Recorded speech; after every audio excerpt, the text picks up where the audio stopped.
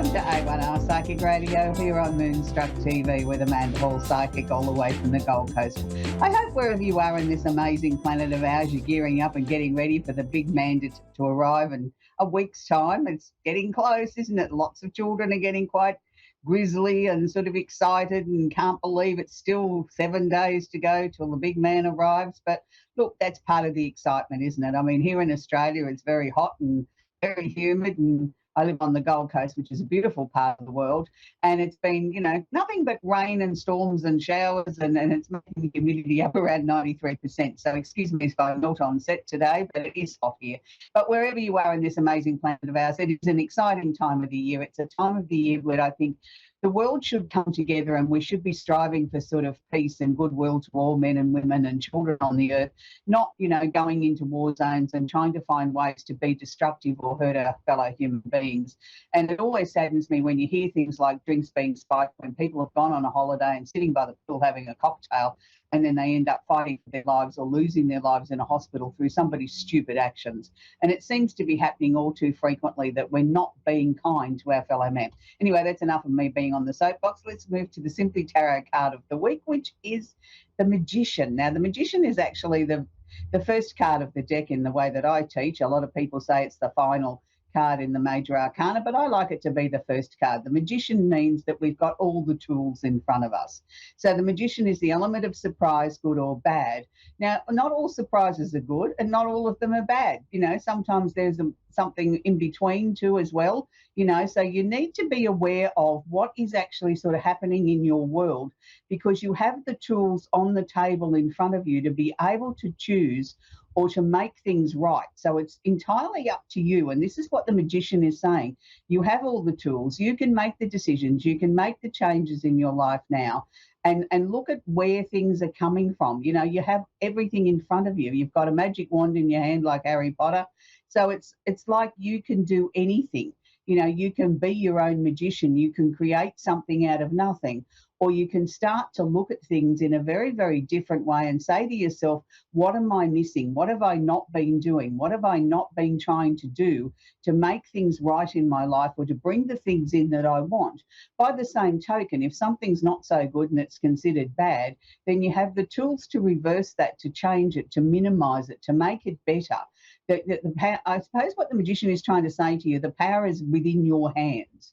You have all the tools, you have the ability, you have the capabilities of reversing any situation in your life that you're not happy with to get a conclusion that you will be reasonably happy with. And not everything can we completely change. If we've got a relationship that's heading for the divorce courts, it takes an awful lot to swing something around like that. But maybe the conclusion there is acceptance that, we've done what we can do. Now it's time to look forward to the future. So astrologically, we've still got the sun in Sagittarius. So happy birthday to all the Saggies before we, sort of wrap it up for the Sagittarian year in the next few days. So the sun is still in Sag. So that means we're all out singing Christmas carols and being festive and jolly, hopefully. Mercury, the planet of communication, has finally gone direct. So in the next 24 to 48 hours, you will start to feel the effects of Mercury moving forward again. Not so many travel plans will get disarray. That still doesn't mean don't get to the airport or the bus terminal or the whatever quickly enough so that you can be there in plenty of time in case of something going wrong, a computer failure or something like that, or the flight might be leaving a couple of minutes early. So you want to be there in plenty of time and not create so much stress in your life. I think we as human beings tend to create far too much stress. We leave everything till the last minute instead of a little bit of forward thinking and a little bit of planning and getting there with plenty of time to spare. We put that pressure on ourselves that we don't need. So communication is certainly about higher mind stuff at the moment, about travel plans, about wanting to sort of see the good in people. And it's not always about wanting to criticize people, but it's sort of the Sagittarian energy with Mercury is don't ask a question unless you want a truthful answer. And it doesn't matter what your star sign is. If you ask a question now, you will get a truthful answer and it will be blunt.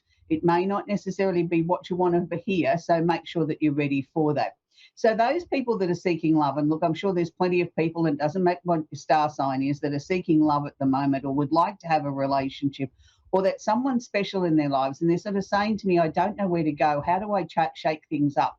I've tried this, this, and this, and this, and this, and that's not working. I'm pretty old-fashioned in that sort of way. I'm not a great fan of these dating apps because I think anybody can put up a picture of anything and tell you anything you want to hear.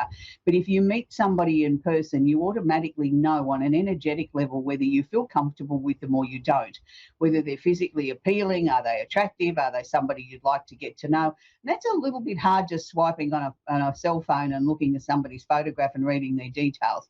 So for the old-fashioned people like me that want to get out and about and try and meet somebody, Venus is in Aquarius at the moment. Now, Venus in Aquarius is asking you to step out of your comfort zone, go somewhere different, do something different. If you've never gone ice skating and you have the opportunity to, go.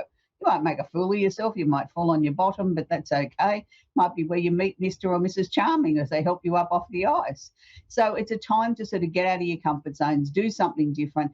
I'm suggesting going to places where both sexes are so that then you've got a chance of meeting somebody. There's no point in going to flower arranging classes if you're a female and say, I want to meet Mr. Wonderful. Not too many men attend flower arranging classes that I know of.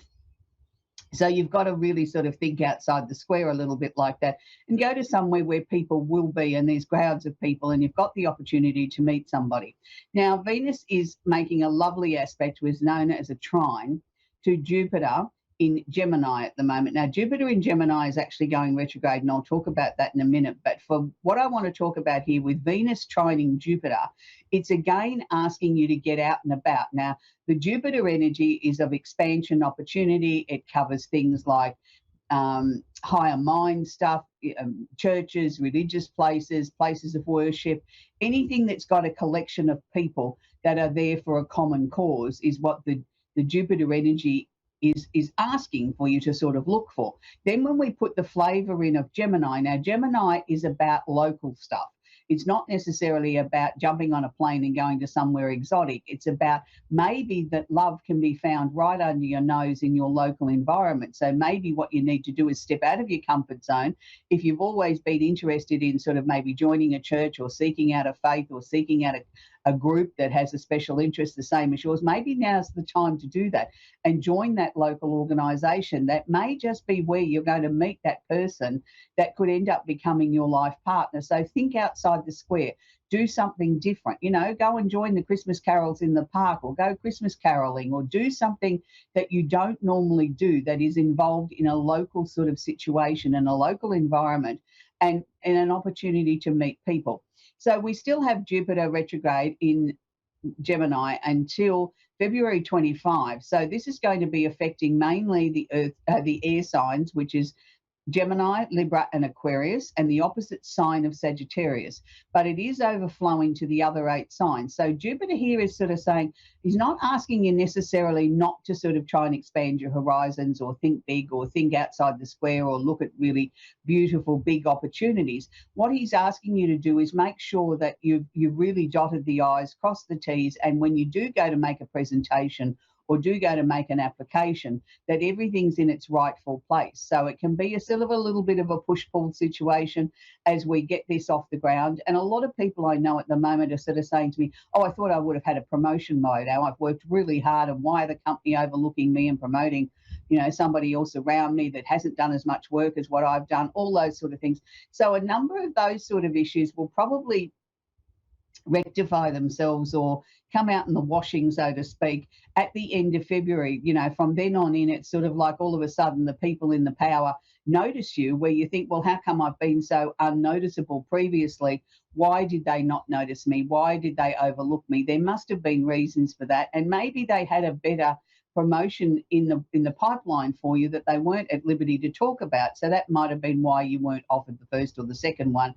But they are taking notice. It's just done in a very quiet sort of way. Now, I've been banging on about Chiron now for a number of shows now, because Chiron is not a planet. It's the wounded healer, and it has been affecting Aries. And I have lots of Aries friends and clients and things like that they've been messaging me and telling me that how this has been helpful for them to understand what has been going on. Now, Chiron is the wounded healer in the chart. It's an Arabian part, and what it's asking you to do is heal your life. Now, whether that means emotionally, physically, or a combination of both, and quite often it can be past life stuff too that you've brought in from other incarnations, and it's like it's got to come in now. It's got to be healed. It's got to be looked at. Now, a lot of people are saying to me, I'm getting all these flashbacks from my childhood through, and I don't know what to do with it. My answer to that is if it's like a slideshow or like going slide, slide, slide on your cell phone, then that's all it's meant to be. It was a quick glimpse, let it go, don't bog down on it unless it really drives you nuts and requires your attention to give it more airtime, then I wouldn't give it any airtime. It's like we're releasing a lot of old stuff, things that we've put away for whatever reason, need to be released now. Now, this is particularly affecting Aries. It will be there till December 29. It is asking you to heal. A lot of Aries people that have done the work unconsciously or consciously over the last 6 or so months with this are now starting to find a real inner peace, a peace that they could only ever have dreamed of, because quite often the Aries energy is quite agitated because it is a fire sign and they don't sit still very long to process anything. It's sort of they're on to the next thing because that's who they are. That's how they're wired. They're finding now that by doing this, working with the energy, that they're now finding a peace that they never knew that was possible. And it's not necessarily just all the more senior people or the people that have been on the planet a bit longer than some of you young'uns. It's even young people are finding that too, that even to this point in their 22 years of living, that they've found a peace that they've never found. And it's sort of giving them some different ideas for 2025 to sort of look at what their next round of opportunities might be or how they're going to approach them. So it really is important, if you are an Aries, that you really pay attention to this. We've only got a matter of days now before it changes. So we need to really be focusing on that. Now we have Mars, the planet of action. Now Mars is one of those ambiguous sort of planets. People sort of say, oh, I don't have an ego. Look, we all have an ego. We all have to get out of bed every day and perform a task or go to work or get the kids to school or clean the house or do whatever it is. So we've got to have that drive that's got to come from somewhere. So Mars is that planet that gives us that drive. Now Mars is currently retrograde, sitting in Leo until the end of February. Now what this means is Mars is not necessarily slowing down, but he's asking you to be a little bit more cautious, particularly if you're a fire sign. Make sure that you know exactly what you're going to say before you open your mouth. Don't just open your mouth and let it flop out, because you might be seen as being a little bit aggressive, a little bit cranky, a little bit too over the top. And all that you're trying to do is get your message across in a very definite, forthright manner, that you're trying to say, look, this is important, listen to me. But you're coming across as being a bit bombastic or a bit cranky. So make sure that you really keep in check your tone and how you're speaking to people. So it is going to be affecting the fire signs, as I said, Leo, Sagittarius and Aries, and the opposite sign of Aquarius. So there's a lot of stuff that seems to be hitting Aquarians at the moment. With Pluto's just gone in there and it'll be there for the next 40 years. So we're going to be talking about Pluto a lot in Aquarius. So, with Venus sitting in there, and, there's just a lot of activity at the moment. And I know everybody's busy, and I know everybody sort of feels that, oh, yeah, look, I can relate to that, but I'll deal with that tomorrow. Well, it's not necessarily about putting things off till tomorrow. Just be aware of it, work with the energy.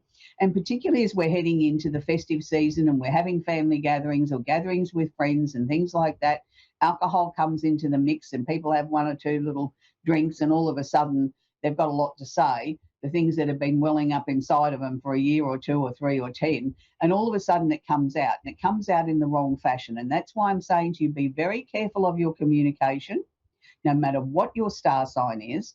Just because Mercury's gone direct, Sagittarian energy is about truth, and we have to be careful about that. Then we add into the mix with Mars being in Leo, also in a fire sign, you can be seen as coming across as being aggressive or cranky, dominant, domineering, trying to control the narrative, all those sort of things. So we have to all, no matter what your star sign is, be very, very careful as we head into the festive period now and we're coming together with family and friends, that we don't want this Christmas to go down as a time where there was the worst argument that the family's ever had because somebody opened their mouth or somebody couldn't bite their tongue and sort of just let something slide. It's not the time for the family discussion. Yes, people say things that maybe they shouldn't say or don't quite mean it in that way, and we interpret it slightly differently. It's not the time to sort of knuckle down and have a punch up at the Christmas table or in the backyard, as a lot of families tend to do. It's not, and that's why Christmas becomes so stressful for a lot of families. You don't know how people are going to behave. You put all these combinations of people and their personalities together and you think, oh my heavens, do we really have to have any alcohol at the Christmas table even though we have it every year? Maybe if we didn't have that and we all had sparkling water or, soda or something like that things would be a lot more pleasant. Look, I don't know that it would necessarily minimise things.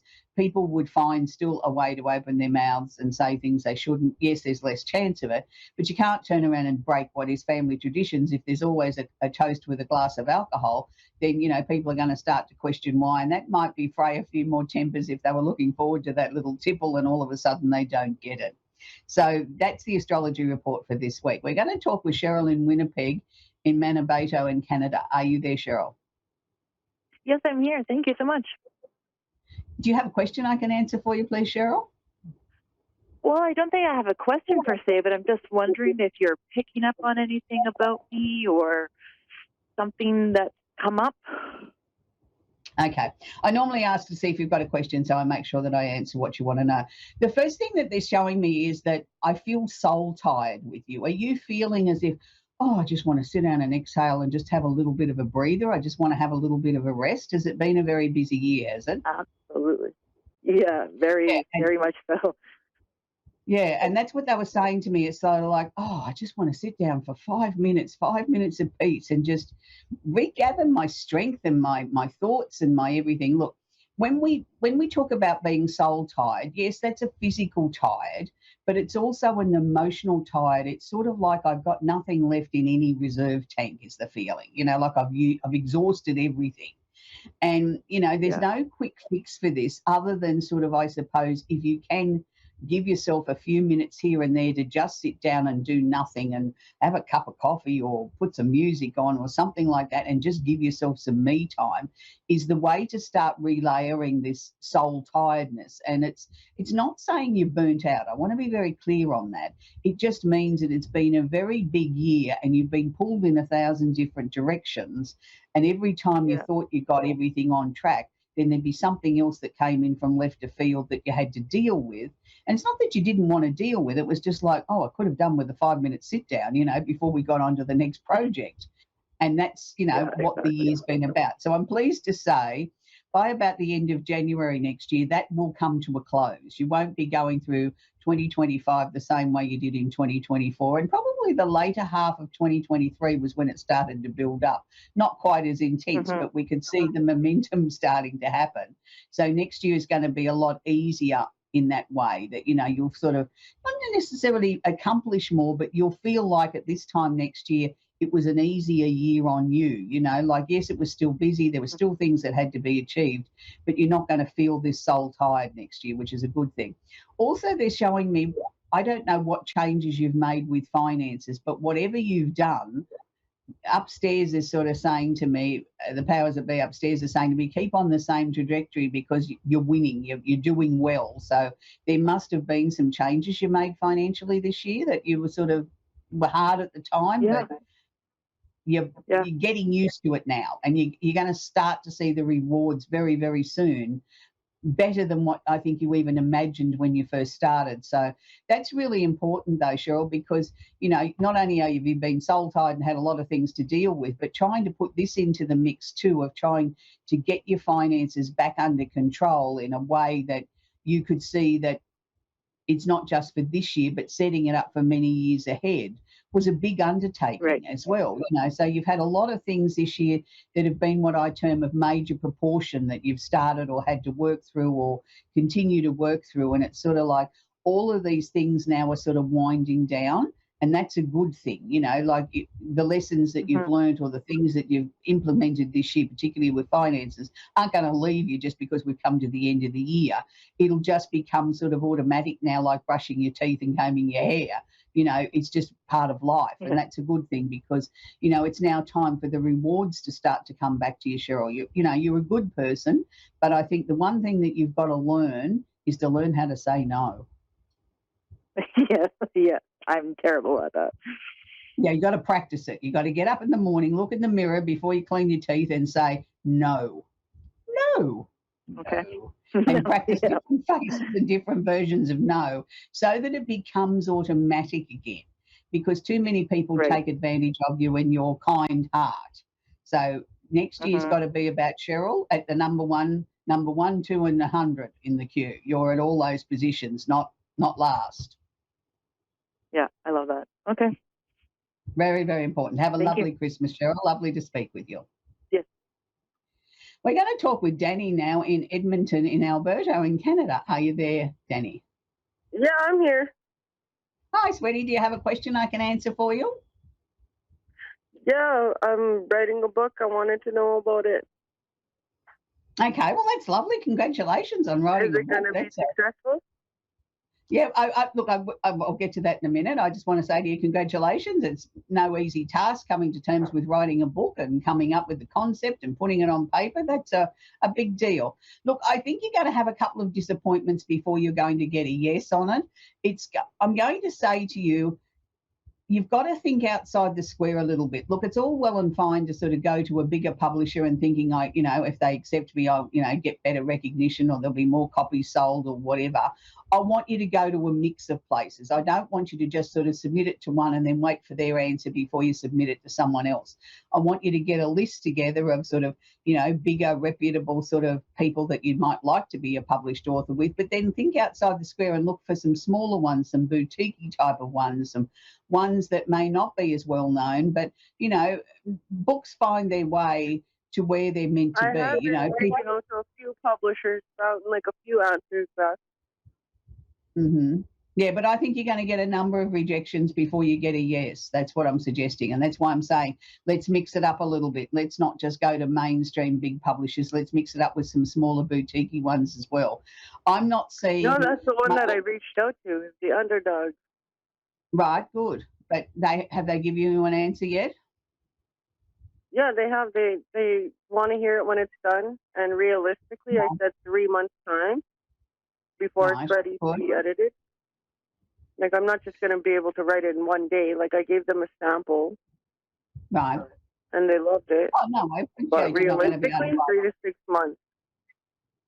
Yeah, well, I was going to say I don't know that you're going to hear much about, things moving forward much before June next year. So that would sort of fit in with your timeline as you see it and, to get the book into them and, get them to sort of approve it and then start the edit process. It's a process, becoming a writer is a process and you've got to have a pretty thick skin, Danny, to understand that what you submit and you think is absolutely fantastic, they might sort of turn around and change, not so much change the narrative, but change the way the words are delivered to fit what they see as the market. And that's hard for an author to understand that and accept that because you've had this, it's like giving birth to a baby. It's been inside you and you put it down on paper and you think it's amazing. And then they sort of, and you think, oh, that wasn't quite what I meant. So you're going to have to be flexible enough to work with them on that and try and get your message across at what you were trying to say. And then they may come back with a different edit or a different way of maybe getting the point across that they're sort of saying that this suits a broader audience. So it's going to be a process, but yes, I do think you're going to be successful.